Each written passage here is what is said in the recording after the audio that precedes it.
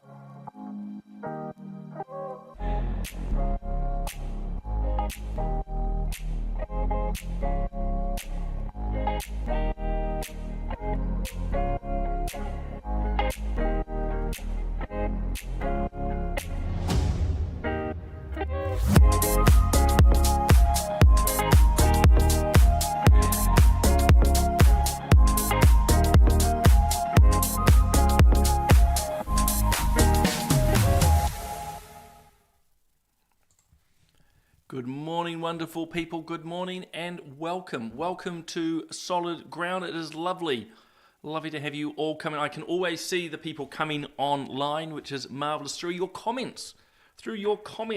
So firstly, to those returning, and I'll get to the comments in a moment, always lovely to have you with us here on these Family First morning shows. It's a real delight. So thank you for being part of this little community.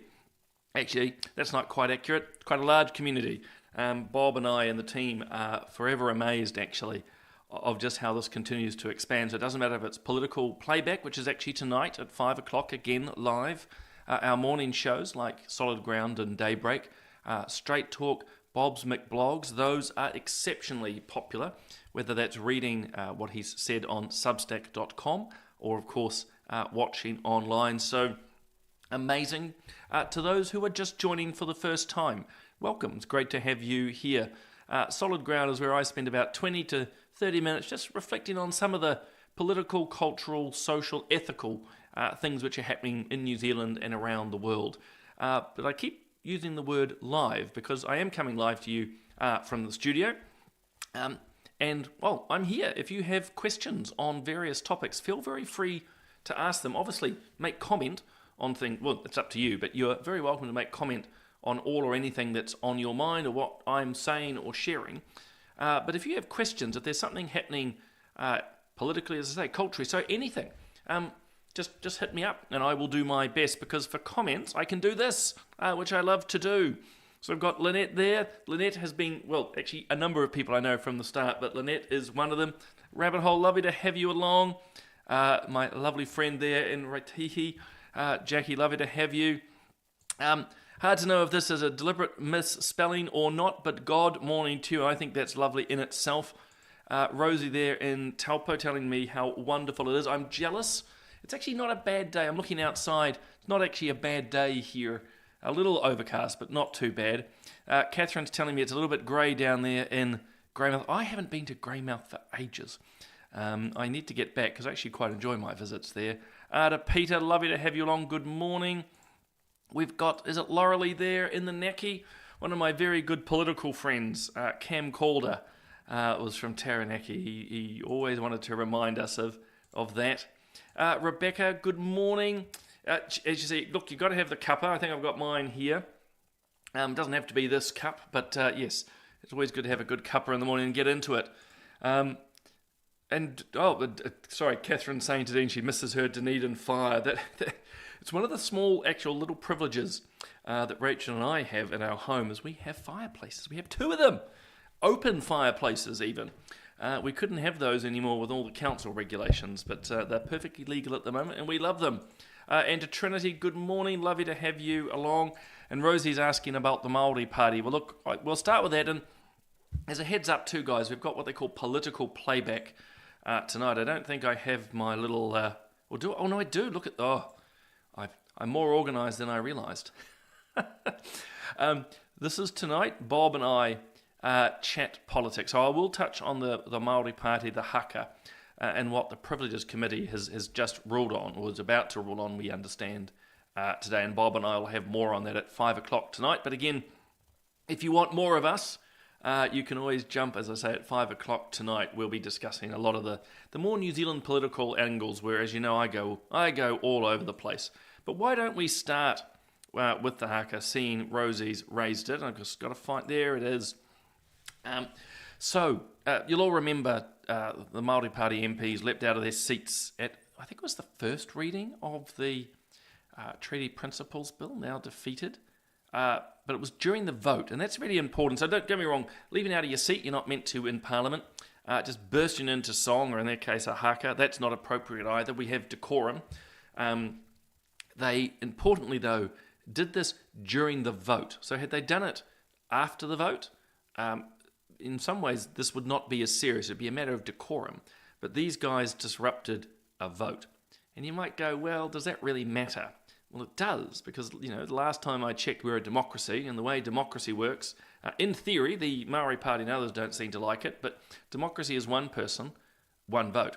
And so voting becomes exceptionally important. So to try and stop a vote, to stop a decision, is a big, big problem.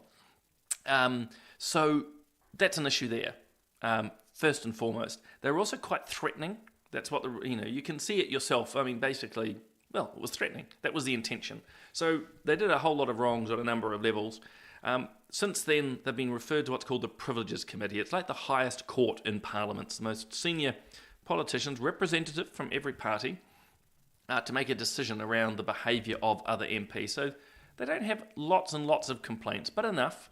There was, was it Julianne Genter last year, I think, stormed across the House and remonstrated with Matt Ducey. That got referred. National MPs, Labour MPs, who again have been perceived as or were aggressive, have been referred. And normally they get us, they have to apologise to the House. But anyway, what we understand the Privileges Committee has come up with is that they're going to put a 3-week, so you've heard me right, a 3-week ban or suspension on the leaders of the Maori Party, and a 7-day or a week's ban on, I've always forgotten the young woman's name. She sort of had her quick moment in the sun performing as she did.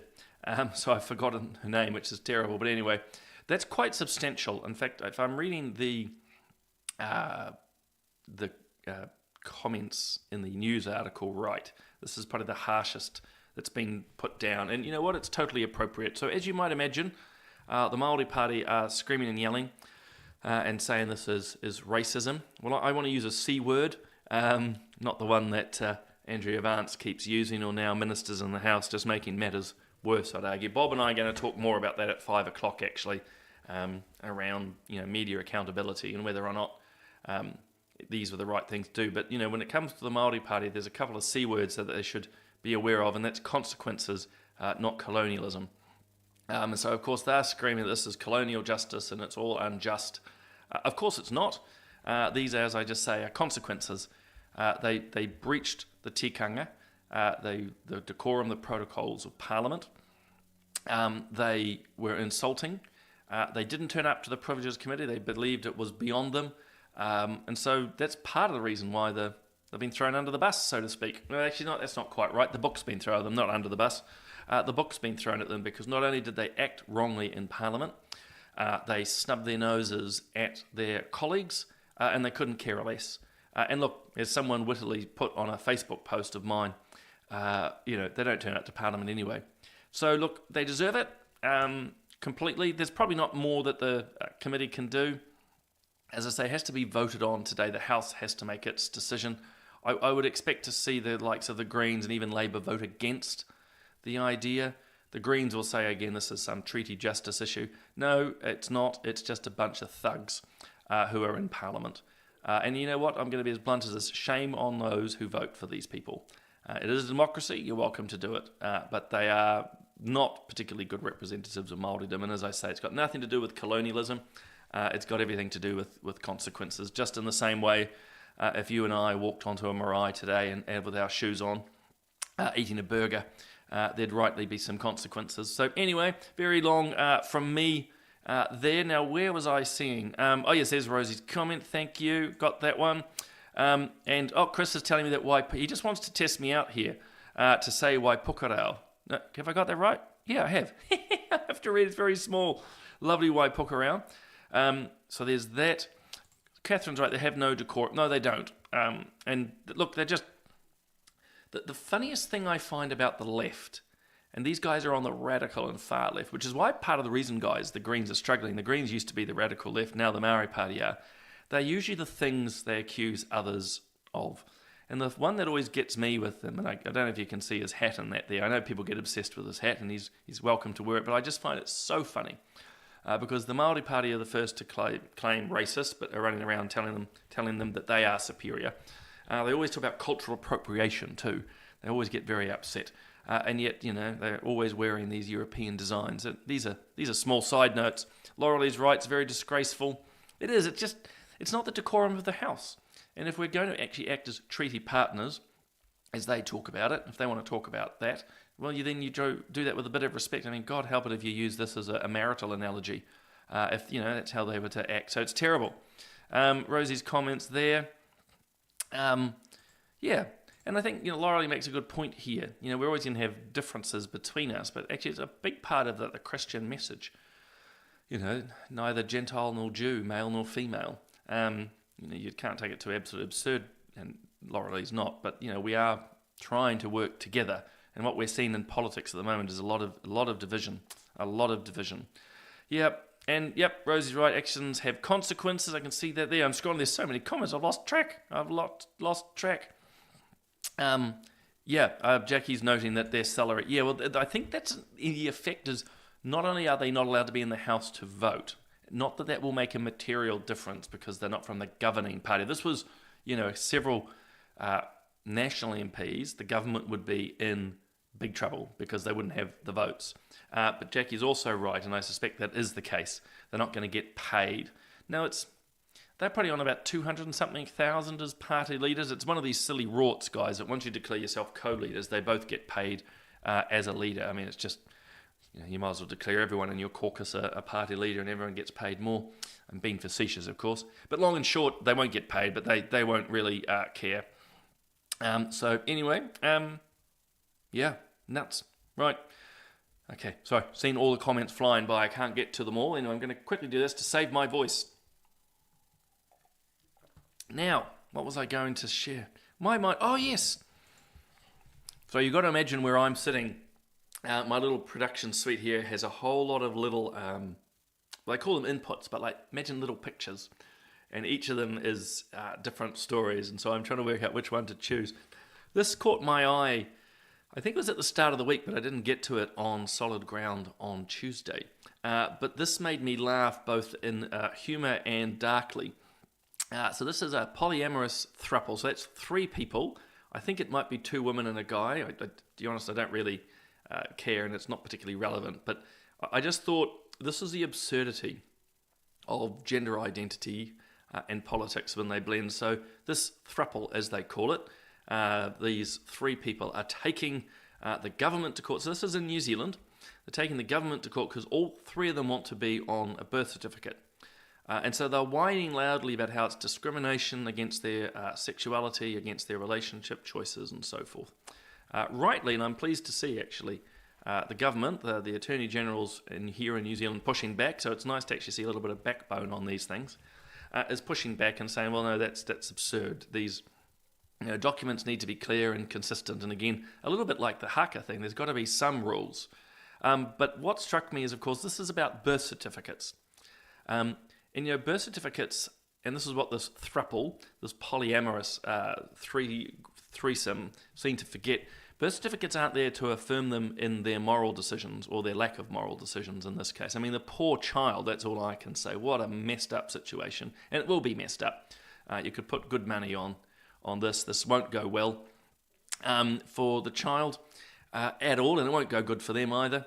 But birth certificates are not there to affirm their relationship. It's not there to affirm their sexuality or their perception of human rights. A birth certificate is to record science, well, it's meant to be, and I'll come back to that a little bit, but the birth certificate's meant to tell you who your parents were. And it might be news to these three people, but probably one of them isn't actually the parent in the sense of the biological sense. Who's the father and who's the mother? That's what birth certificates are meant to record. And I've used the word meant because this current government, and Act in particular, actually changed our laws to say that actually a birth certificate, you can put down two people, but really it's just whoever you want. And so you can have a mother and a father and a father, which is borderline ridiculous. In fact, it's not borderline ridiculous. It's not scientific. It's not accurate. It's not helpful. So in a strange way, the government's reaping what it sows here. They've introduced these absurdities to really say birth certificates no longer matter. And that's what happened when the government changed the law probably about a year and a half ago to say that a birth certificate can have, for example, two mums there rather than a father. That's no longer accurate, it's no longer biological, and it's pandering to political whims, or particularly the gender identity politics people. Whew, there's a mouthful for you. So in a strange way, this sort of claim that's now before the courts shouldn't completely surprise us because the absurdity's been introduced. And Catherine's right, it is, whoops, wrong one. Lots of good comments coming through, people. It is being corrupted, but this is why principles are important and why consistency is important. Birth certificates used to be, who are your biological parents? Simple as that. It was not a political statement. It was a statement of fact, including saying what gender, I use the terms interchangeably, I shouldn't, what biological sex you are. Not assigned, not made up, not believed in, what you are. But about 30 seconds ago in the span of human history, society, or some have decided that these now documents like birth certificates, passports, driver's licenses need to be expressions of what you want to be. And so it's nuts. It's absolutely nuts. And so rightly, and I'm pleased the government's pushing back, but I say they've introduced this absurdity when they started to allow people to, if you will, self-identify onto birth certificates. So it's no good. And it's stupid. What is not stupid is this. Shameless advertising. Shameless. We have the Forum on the Family coming up in August. The registrations are now open. So you can go on to forumonthefamily.nz and, well, you can sign up. We'd love to have you there. If you've been before, you will know you will be with hundreds of like-minded people. Not all the same minds. There's lots of great debates and discussions. Bob and I will be there hosting at different points. There'll be a Straight Talk, our Monday night panel show, will be actually live. So not on a Monday night, but it will be recorded live in front of you if you are there. And we have some amazing guests, and this is one here. Her name is Dawn Hawkins. I'll just put a very short video on now.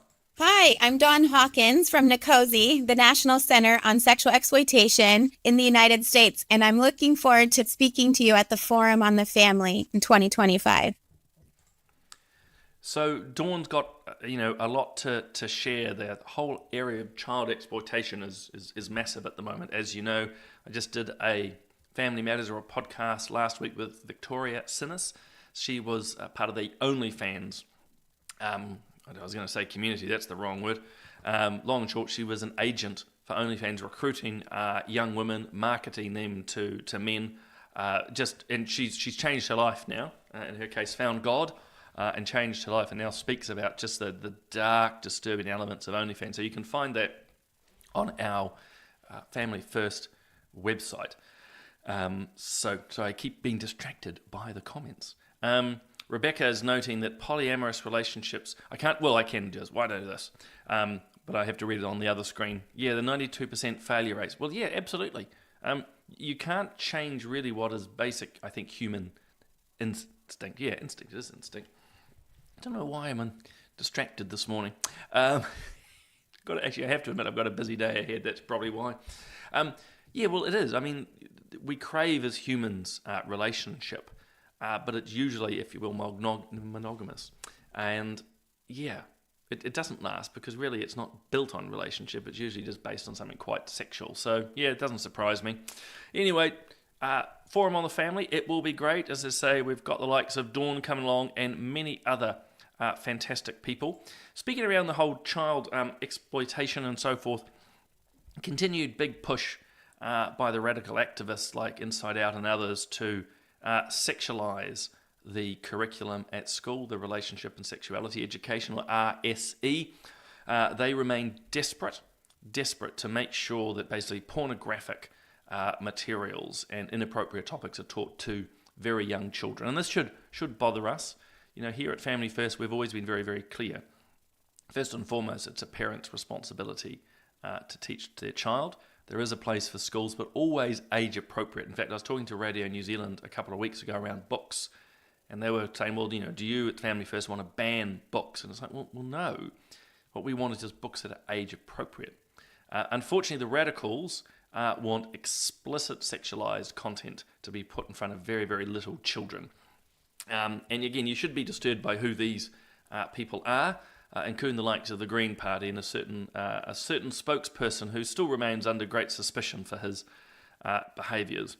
But what was of positive note is that this is from the Centrist, really good actually news website to go to, the centrist.nz. Principals are pushing back, which is really encouraging to see. It didn't get much coverage in the mainstream media, but a number of principals are saying, look, there is a place for RSE education, but again, a bit like Family First is saying, it needs to be age appropriate. They're pointing out that there's some materials that have come into the program, and the likes of Inside Out are pushing, that's just not age appropriate. And so this is good to see. This is the long and short of it. It's encouraging to see these guys speaking out. Hey, look, a couple of other things before I wind up. I'll just share this. I try not to get too much into American politics, but I put this out on my social media the other day because I wanted to call BS on it. It's done by the Herald in this case, and it's just a whining, complaining article based off very left-wing people with a massive agenda, like David Farrier. Is that how you say it? It's not David Farrar of Kiwi, or David Farrier, who's, well, basically a mess. But long and short, complaining about American airports and making allegations effectively of just how terrible it is at the airports now that the Trump administration, they get held for hours. And the whole article basically is mostly anonymous accusations, whining, victim-led, with really just the one intention to slam Trump and his administration. So I just call BS on that, if you don't mind, at this time of the morning. I've travelled through the States a lot, and I imagine a lot of you have as well. It's always been this way. The American airports, they're notoriously slow. The customs guys aren't friendly. They don't say kia ora to you and welcome home. It's tough. They have very rigorous systems. I, for one, have been pulled aside for hours at LAX, at Los Angeles Airport, interrogated, everything of mine gone through. It's not a particularly pleasant experience. But as I noted on my social media, I don't go running off to the media, whining, complaining, and pretending to be a victim. I might point out that was during both the Biden and Obama administrations. It's nothing to do with Trump. It's nothing to do with the current administration. But why I mention is not to wave a flag for any of the administrations, current or otherwise. It's just as Rabbit Holes put up, really is corrupt, attacking, in this case, another country, one of our allies. It's a cheap shot. That's pretty where I'm going to. It's a cheap, stupid little shot. And, not the end of the world. But, this is the absurdities, again, masquerading as news. And it just needs to be, as we're doing, called out. Hey, look, the last few bits and bobs. As you know, Bob and I do our writings, our Substacks and videos. Just so you know, Bob's most recent, actually is with me. God help us all, but he's chatting to me about my visit to Israel. I'm doing quite a bit around that at the moment. As you might imagine, it's quite a big trip, a lot to share. So Bob's written his blog, or rather it's a video. He hasn't written it. It's a video chatting to me. We talk about the ins and outs, the complications around it all. And importantly too, lots of photos. I'm beginning to share more and more photos. So that's I think quite good or interesting. I also do an interview with Rodney Hyde on RCR. So if you want to hear a little bit more, everything's got a slightly different angle. So that's on RCR. But as I say, Bob's one is up. You can go on to, again, the Family First webpage, I was going to say Facebook page, possibly there as well, or to our YouTube channel. Speaking of RCR on topics, it's not Israel. I sat down with Ingrid Leary. We talked about the pay equity. We talked about the under 16. There's lots to talk about. So really good. I'm actually grateful to Ingrid. I know a lot of people at times, oh my God, she's a Labour MP and I don't agree with her. That's fine. The point, of course, is that she's one of the only MPs that actually is prepared to talk about these things on the likes of RCR. So I'm grateful for that. As you know, I also do my own Substack. This one is called the pronoun class. I'm trying to create, guys, a new phrase, a new word, the pronoun class. You'll have to go to substack.com, to find out why. But my basic message is that the pronoun class are the people who run around getting very upset if you don't use pronouns, if you don't put them in your email, if you don't wear the right lanyards, and they'll try to destroy you if they can. They'll abuse you, they'll report you to HR, all of this. But when it comes to, and I'm sharing this photo, this one is from Israel, and I'll explain it very briefly. But they are the same people, the pronoun class, who won't call out violence like this. In fact, they'll try to justify it. So look, go and read the Substack. Say substack.com. Look up my name or On Point, and you'll find it, which is great. So it looks like this, as you say, On Point. But I just, that's what I mean by the pronoun class, and it's a short read. But I just thought for some, just to, again, this is one of the cars, just civilians who were on near the Gaza border, and shot to pieces. That's the driver's side. I believe there were 4 people in that vehicle, which is pretty sad. I just noticed this one from Nettie B. If I may not fully understand it, and not because of what you've written, just Nettie B saying that adopted parents don't have their birth parent. No, adoption is that quite right, and I'm adopted, so of course it's not my biological parents, or I think probably the birth certificates, to be fair, updated. I think adoption is a particular process. I'd have to double check that. But it records, so by and large, birth certificates record who your biological parents are, but actually Nettie's right. Adopted parents obviously are not biological, but the birth certificate is updated to reflect it as if it were. And I often talk around adoption as being either it's repairing something or replacing something. And so if you go back to that polyamorous throuple or whatever they want to call themselves, that's neither repairing nor replacing. That's trying to change the entire dynamic. And also they're not adopting a child. But it's a good point from Nettie that actually not everyone on a birth certificate is the biological parents. I'd have to go and chat to my mum. My father's died, but I wonder if I've had 2 birth certificates in my life. I'm going to have to think about that. Anyway, and Rabbit Hole points out too, there's a biological, that's true. But I think that the wider point is correct. It's not always the biological parents. But I think we can also see that when you have an adoptive situation, you're bringing in the mum and the dad as if they were. In that polyamorous case, it's never going to be if it were. It's just complete made-up ideology.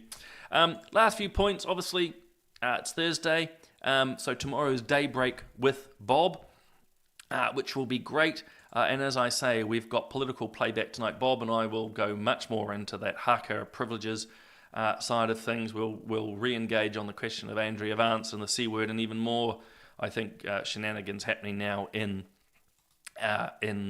Parliament, which I don't think is particularly good. I don't think is particularly good. But we'll talk about all that tonight. So join us at 5 like you're doing. Bring all your comments and thoughts. We love to hear what you have to say.